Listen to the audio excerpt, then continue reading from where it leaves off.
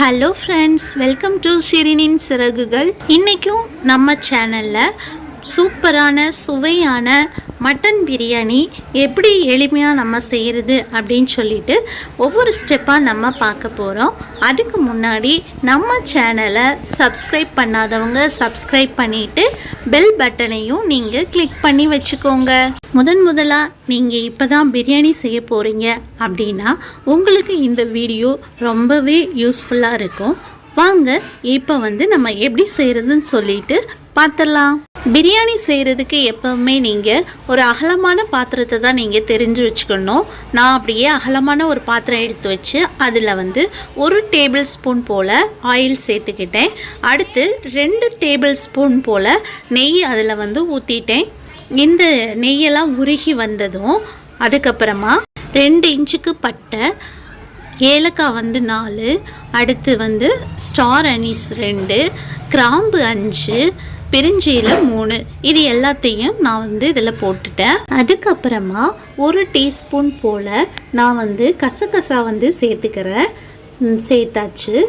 இது கசகசா நம்ம சேர்த்து செஞ்சோன்னா நல்ல ஒரு டேஸ்ட்டாக இருக்கும்.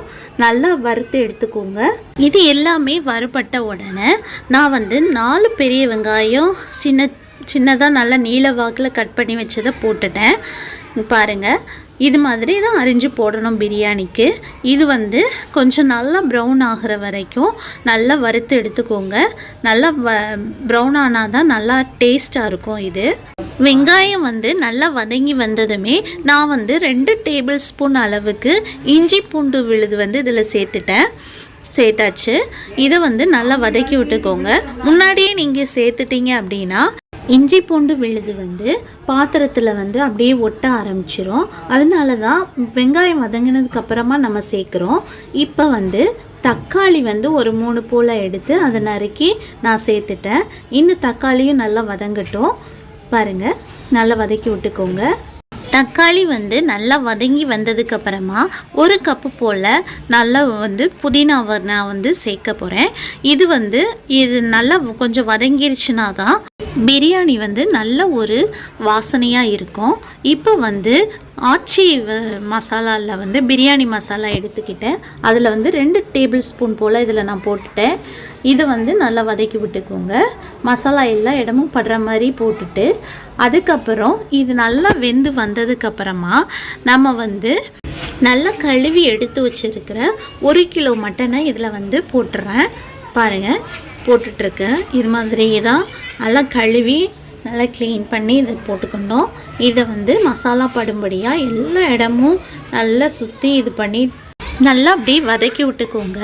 அதுக்கப்புறமா இதில் கொஞ்சம் நல்லா வதங்கினது உடனே தேவையான அளவு உப்பு நம்ம சேர்த்துக்கலாம். உப்பு சேர்த்தாச்சு. உப்பும் நல்லா எல்லா இடமும் பிடிக்கிற மாதிரி நல்லா இது கிளறி விட்டுக்கோங்க. அதுக்கப்புறம் நான் தேங்காய் பால் எடுத்து வச்சுருக்கேன். அது ஒரு 2.5 கப்பு போல் நான் இதில் ஊற்றியாச்சு. தேங்காய் பால் எல்லாமே ஊற்றுனதுக்கப்புறமா அந்த தேங்காய் பால்லையே நின்று இந்த மட்டன் வேகிற மாதிரி நம்ம கொஞ்ச நேரம் வேக போடணும். கிட்டத்தட்ட ஒரு 20லேருந்து 25 நிமிஷம் வரைக்கும் நல்லா வேகட்டும். அப்படியே மூடி போட்டு மூடிடலாம்.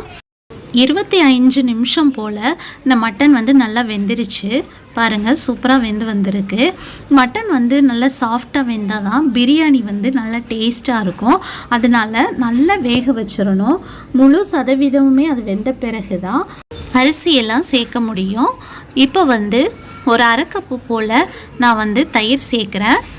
பாருங்கள், 1/2 கப்பு தான் நான் ஊற்றியாச்சு. இதை மிக்ஸ் பண்ணி விட்டுடலாம். தயிரை நல்லா கலந்து விட்டதுக்கப்புறமா ஒரு பெரிய பழம் பார்த்து நல்ல ஒரு எலுமிச்சம்பழத்தை நீங்கள் எடுத்துக்கோங்க. நல்ல சாறு உள்ள எலுமிச்சம்பழமாக பார்த்து புழிஞ்சு விட்டுக்கோங்க. நான் ஒரு எலுமிச்சம்பழம் எடுத்து நான் புழிஞ்சு விட்றேன். எலுமிச்சம்பழம் எல்லாத்தையும் புழிஞ்சு விட்டாச்சு. இப்போ இதுக்கப்புறமா இதுக்கு தேவையான அளவு தண்ணி வந்து நம்ம சேர்த்துக்கலாம். நான் வந்து 4 கப்பு அரிசி எடுத்து வச்சுருக்கேன். அதுக்கு 8-8.5 கப்பு போல் தண்ணி சேர்க்கணும். 6 கப்பு தண்ணி சேர்த்துருக்கேன். ஏற்கனவே வந்து தேங்காய் பால் வந்து நம்ம வந்து 2.5 கப்பு ஊற்றிருக்கோம். அதனால கரெக்டாக ஒரு 8.5 கப்பு போல் இதுக்கு வந்திருக்கு. இப்போ வந்து இதை மூடி போட்டு நல்லா கொதிக்க விட்டுறலாம். நல்லா இதில் வந்து பாருங்கள், நல்லா கொதி வந்துருச்சு. இதுக்கப்புறமா நம்ம வந்து அரிசியை இதில் போடணும். நான் வந்து 1 ஹவர் போல் இதை ஊற வச்சு பாஸ்மதி அரிசி வந்து ஒரு 4 கப்பு எடுத்து வச்சுருக்கேன். இதை வந்து நான் போடுறேன். அரிசி போட்டதுக்கப்புறமா இந்த அரிசியும் நல்லா மிக்ஸ் பண்ணி விட்டுக்கோங்க. நல்லா இந்த மசாலாஸில் வந்து அப்படியே கலந்து இருக்கிற மாதிரி நல்லா கிண்டி விட்டுக்கணும். நல்லா எல்லாத்தையும் கலந்து விட்டதுக்கப்புறமா நான் வந்து 1 கப்பு போல் மல்லி இலை வந்து நான் அரிஞ்சு வச்சுருக்கேன். அதையும் நான் இதில் போட்டுட்டு இதையும் வந்து நல்லா அரிசியோடு நல்லா கலந்து விட்டுறேன். கலந்து விட்டதுக்கப்புறமா கடைசியாக நம்ம உப்பு வந்து சரி பார்த்துடணும். உப்பு வந்து தேவைப்பட்டால் நீங்கள் போட்டுக்கோங்க. எனக்கு வந்து கொஞ்சம் கம்மியாக இருந்தது, அதனால் நான் போட்டுக்கிட்டேன். பிரியாணி வந்ததுக்கப்புறமா நம்ம உப்பு சேர்க்க முடியாது, அதனால் முன்னாடியே பார்த்து போட்டுருணும். இப்போ வந்து 50 கிராம் போல் பட்டர் வந்து நான் வந்து இதில் சேர்த்துட்டேன். பட்டர் போட்டாச்சு. சிலர் வந்து பட்டர், தேங்காய் பால் இதெல்லாம் வந்து தேவையில்லைன்னு நினைக்கலாம். ஆனால் சேர்த்து செஞ்சால் இன்னும் ரொம்பவே டேஸ்ட்டாக இருக்கும் இந்த பிரியாணி. இப்போ இதை வந்து நம்ம மூடி வச்சு குக் பண்ணிடலாம். மூடி வச்சு வேக வைக்கும்போது பாதி வெந்ததுமே நம்ம எடுத்து இந்த மாதிரி நல்லா வந்து கிண்டி விட்டுக்கணும். அப்படின்னா தான் வந்து மசாலா வந்து எல்லா இடத்துலையும் பட்டு நல்ல டேஸ்ட்டாக இருக்கும். இது நம்ம வந்து கிண்டி விடாமல் அப்படியே விட்டுட்டோம் அப்படின்னா இந்த மசாலாலாம் அப்படியே தண்ணியோடு சேர்ந்து மேலேயே நின்றுடும். இது இன்னும் கொஞ்சம் குக் ஆகணும்.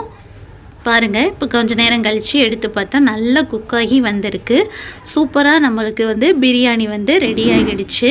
பாருங்கள், சாதமும் ஒன்றோட ஒன்று ஒட்டாமல் அழகாக உதிரியாக வந்திருக்கு.